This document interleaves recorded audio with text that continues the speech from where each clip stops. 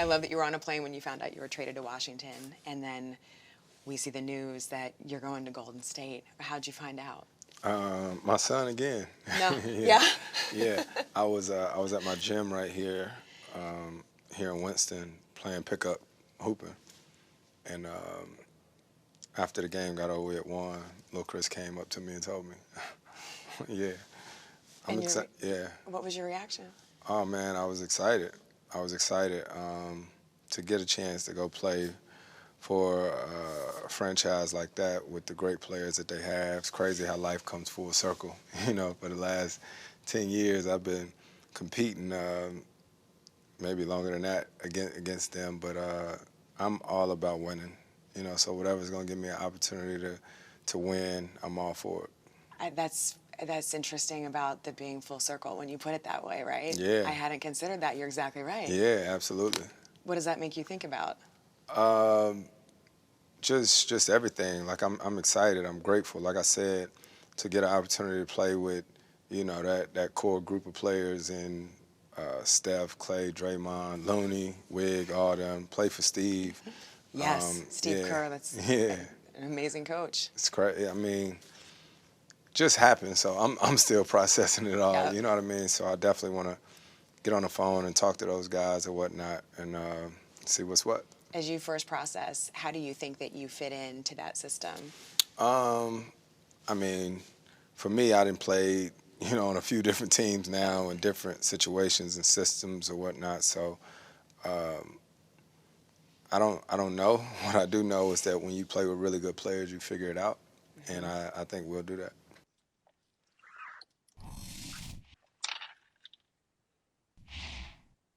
Well, there you have it. Welcome to the show, Zena, Keita, and Marcus Thompson, both of The Athletic. Hello. Hello. Wow. Hi. I have had a day now to process. So much there. I've had a day to process Chris Paul coming to the Warriors. So I'm going to actually hold my immediate reaction because I heard Vincent Goodwill was on yesterday and gave me a little shout out for what he thinks my reaction might have been to this news, telling people to check on me. So Twitter had a field day with me. But I want to go to company first. So Zena, because you wearing a Wake Forest, you know. You know it's so crazy? What shirt? I promise you, y'all, I'm showing out for Wake Forest School of Business. Shout out Demon Deacons. The funny thing is, I put this on today because it's super comfortable. I literally did not even think, oh yes. Not only I think was Chris at Wake when this happened, but yeah, Winston. Shout out to Winston. Anywho, yes, news dropped. I think more than anything, not thinking about, you know, how is Chris going to fit into the offense? How is Chris going to fit into the culture of the team? All the above. I think we were all just shocked that this happened this soon with Jordan Poole. I mean, all of us knew that something was going to have to happen between Draymond and Jordan in terms of keeping the two on the team after the incidents of last season. But man, it was a shock for this to come through. And I think that's the part that we were all just kind of grappling with, at least for me, at least at the start. Well, Marcus, I know you tweeted like there's very few things that surprises you. I'm sort of paraphrasing, but you were surprised by this. And we know you're very in tune with this team. So what was it that surprised you so much about this? Well, just that Chris Paul would be on board with playing with Steph. And I mean, this was a heated rivalry. I mean, this was everything, especially for, I know a lot of people know the dynasty and all that, but the come up before they were winning championships was going through Chris Paul and Lob City. And I mean, Steph kind of brought it up a couple months ago when he was like, it ain't 2014 no more. Like, right. But that was the mindset, right? It was just like, hey, he had to get through Chris Paul Like, and Chris Paul was like, yo, you're not coming past me.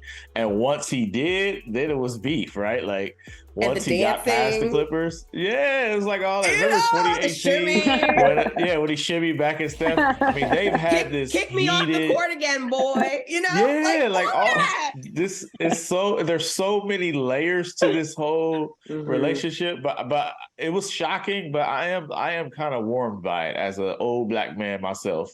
I think it's great that they don't wait till 10 years after their careers to get together on TNT and talk about how they sorry they didn't talk. You know what I'm saying? Like, I'm glad they're doing it now. And the truth be told, there is no Steph Curry without Chris Paul. Like, Chris Paul was the inspiration and a standard bearer that pushed Steph Curry to another level. And he was the guy from North Carolina who represented for point guards, who gave hope to all the little high school kids. Steph was a little freshman. Like, Chris Paul matters to Steph. And when he was getting drafted before he was coming to the league, he spent time with Chris Paul and his family. I mean, these two kind of belong in the same sentence, right? And not just because like the rivalry on the court, right? There's some there's a strong like familial North Carolina connection, and I'm glad they get to enjoy that instead of waiting till they old and gray and crying on like NBA TV in 20 years about how they should have been best friends. Okay. Well, you know, we have the Washington perspective here as well, because I mean, the Warriors got Chris Paul, but the Warriors send out Jordan Poole, who for me, I'm actually just very devastated by. You know, I expected it. I didn't believe anything Dunleavy said the other day when he was just like, oh yeah, you know, we want to keep Jordan and blah, blah, blah. I didn't believe none of that. I think I tweeted something like, guys, he's not going to like get in the presser and say we're trading him. Sure. So I didn't believe him. I thought a trade was coming. I did not think it was going to be a Chris Paul trade. I did think something was going to happen during the draft. So a little bit earlier than I anticipated, but I expected it. So I wasn't that surprised he got traded, but I was surprised that it was for Chris Paul. And so Jordan Poole is going to Washington. I think it's just great that he's going to get a new start. And so, Kelsey, I want to know, you know, someone who follows this team, knows them, covers them. How do Wizards fans feel about this? How do you feel about this? What do you think of this trade? Because just earlier this week, people are talking about how Washington's stupid. They gave up everything. They don't got no sense. Nothing has changed. And now people are like stepping back and looking and say, you know, they made out okay. So how are you feeling about all the moves? Let me tell you, there are lots of feelings and emotions right now here in our nation's capital. And I'm talking about a Washington Wizards team who, if you've been to Capital One Arena, you know the only full games for Wizards were when the away teams were good. So when Golden State would come to town, or when people wanted to see LeBron, they would go see the Lakers games. But all in all, we've got a brand new front office in Washington. They're rebranding their whole sports network. They took over NBC Sports Washington. So all in all, it's just a newness that I think Wizards fans, we knew we needed to rebuild, but they didn't know when it would happen. And I'll tell you, I think Jordan Poole has been the one piece of stability that Wizards fans have felt like they've gotten. Because remember, this is a Wizards team who for a long time was under John Wall's cartilage. And then Bradley Beal, you know, you look at this team now, you look at the big three, which has all of a sudden exploded. You know, Bradley Beal, when healthy, was the leader of this team. He was the shooter for this team. And then you take away the other top scorer, who was Kristaps Porzingis, who we had to see go off to Boston. And so I think for Wizards fans, just knowing that they get somebody like Jordan Poole, who is a shooter, they're like, okay, at least we have one person who we can trust. I know Tyus Jones is another one that Wizards fans, and I'll be honest, a lot of Wizards fans are still getting new to Jones. They maybe weren't watching as many Memphis Grizzlies games, but Jordan Poole is one they know they can trust and hopefully be a cornerstone piece for this Wizards squad to build in. But I'll be honest with you, a lot of Wizards fans are just saying, how long is Jordan Poole stay going to be here in Washington? As we talked about kind of before, you know, who wants to be part of this rebuild? But I'll tell you, I think the biggest thing is we've gotten so used to mediocrity in Washington, D.C. We just thought this year would be more the same. We knew Bradley Beal had this crazy contract, the no trade clause. You know, who would want to take that on? Bradley Beal, star player in DC, sure. But on another team like in Phoenix, he's an option. And I think that's going to be something he has to get used to.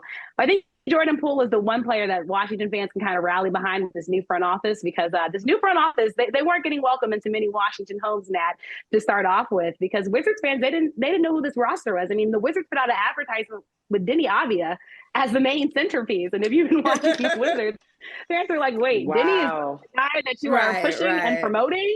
but they had to because they didn't know who they were going to be able to promote. So just lots of feelings in Washington. I think this is what the Wizards needed, because otherwise it'd be more of the same. Wizards going in the, finishing in the middle of the East, maybe making the playoffs, maybe not, but not winning a championship. And in DC, we're tired of saying the last championship was with the Bullets. The Wizards need to create their own identity, and hopefully this will be the start for the Wizards to just create new and to get fans back in seats in Washington, D.C. to really support this Washington Wizards team, who has had good pieces, but for a long time, hadn't been able to put it together. And I'm old enough to remember the fun days with Gilbert Arenas, Caron Butler, and Antoine Jameson. So Wizards fans are just wanting more good basketball in D.C. Nat. Simple as that. Yeah, I mean, well, you'll get that with the pool party, right? Like, he's a show. Like, when he's on, he's a show, and he's gonna, I think, have a lot more freedom there. And I like the pairing with Tyus Jones. So I think you guys are getting, I don't know how many games y'all are winning, but I think it'll be fun. Marcus is disagreeing. Go ahead. He's not going to get to put up some numbers, Marcus? No, you acting like you like the pairing. I like the pairing of Jordan Poole and Tyus Jones. I would have preferred they took Tyus instead of Chris Paul, but whatever. I agree. I would say I probably agree with that too. One of the things about Jordan Poole, though, going into Washington that I'm most excited about, not only is it this reset away from the drama of the Warriors and what happened off court, and then also just having an end of the season that just wasn't, I think, characteristic of what he's capable of. He's getting away from the spotlight. It's so hard as a young player to be in the midst of the Warriors' success and be asked to perform consistently on the same level as a Steph Curry. And even when you're playing 82 games a year, and even when you are still producing, I mean, he had a lot of 30-point games last year. You're still not elevated to this level of, oh, you are a strong caliber player, because it's never going to compare to the likes of Steph Curry. Or if you're not producing a ton of wins, no one's ever going to give you the credit, or not no one, majority of fans are not going to give you the credit that you're due if you were going to an average team and produce the same amount of production. So I'm excited that he is not going to be in an unrealistic, I think, kind of chamber of basketball expectations. And he finally does get to just play out. And now we're going to see, is the reason that his contract was as big as it was, is it going to be worth it, right? Like, was he properly evaluated by what he's going to do in DC? So I'm excited for him for more reasons than that. And I said this on my Instagram yesterday. Kudos to Jordan Poole. His story has been amazing. He has been a professional throughout all of it. Imagine getting drafted, coming onto a team where your star players get hurt, and you're having to play through that without your star players. You have to play with a kind of hodgepodge of a team. You're not playing well. They send you to the G. COVID happens. Your G League bubble is in a bubble, right? So no one's actually seeing what you're doing. You come back and you apply everything that you learned in the bubble about your game, about your ability to lead, and you kill it, help the Warriors win a championship. And then the start of the season comes. We know all what happened. We don't have to continuously repeat it, but then the season comes and your playoff game isn't that great. And throughout all of it, the entire fan base is saying, trade him. I can't think of a more class act for someone his age to have handled everything that he went through the way that he did. And I really wish him luck. I do.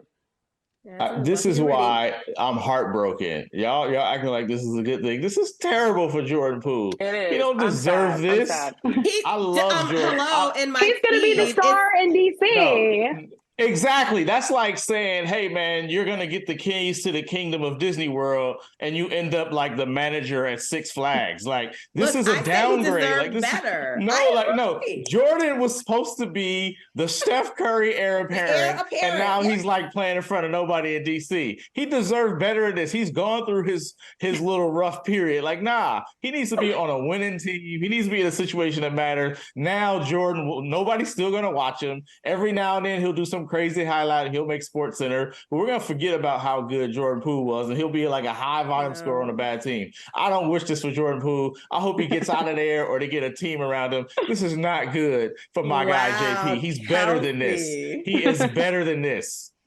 No, I think he's. Marcus. No, I'm sorry, Kelsey. I'll go. Go ahead, Kelsey.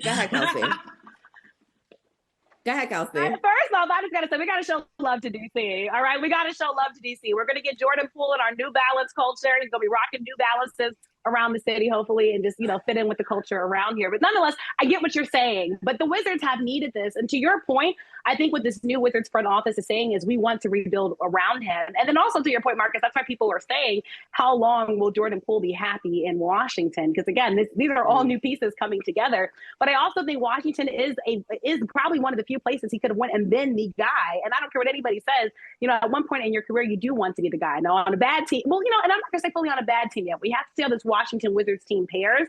Now, obviously they're gonna have their work cut out for them in the East, but nonetheless, I do think Jordan Poole will just get a fresh start, a fresh leaf.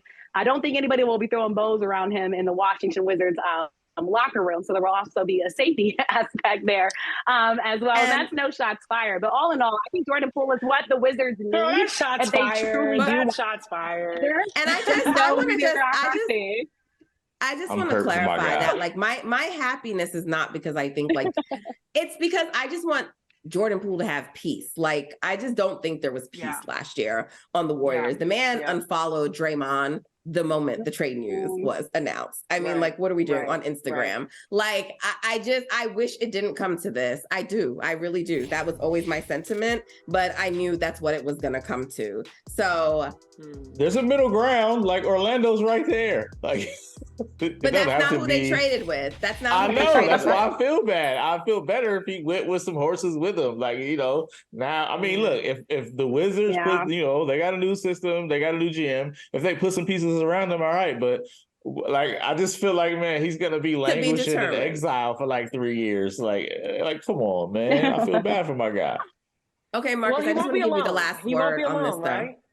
I just want to know. Tell me quickly what you feel about the Chris Paul move, though, and his fit for the Warriors. Health, we know with Chris Paul, it's always health barring. So we know if the Warriors can keep him healthy, if Celebrini can do that,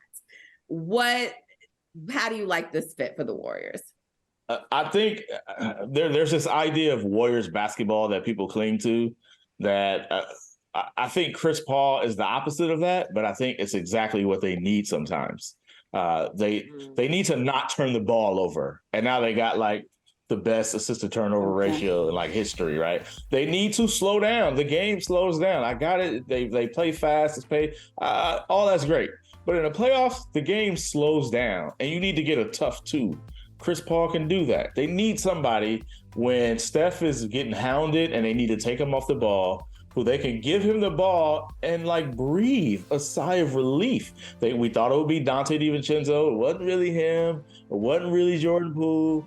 Draymond was turning it over. It's who can we give the ball to and be okay while Steph does his thing off the ball? Chris Paul gives you that. So in many ways, he doesn't fit the Warriors style, but I think the issue is the Warriors need to adapt to a different style. Yes. They need to just not be one note. So in that sense, end of the game, 5 minutes left in a close game on the road.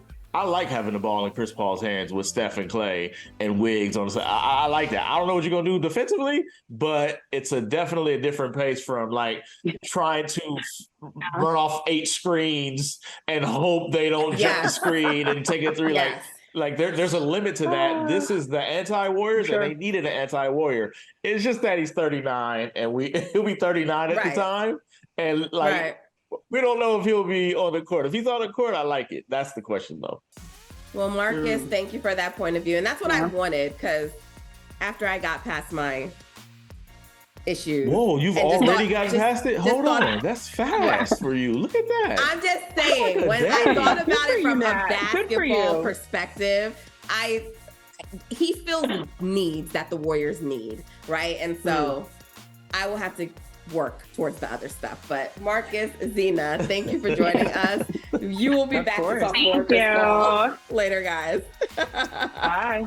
Hey, thank you for watching Brother from Another. If you haven't hit that subscribe button, go ahead and do that now. Don't forget, you can catch us 3 to 4 weekdays on PeacockTV.com and on Sirius XM Channel 85.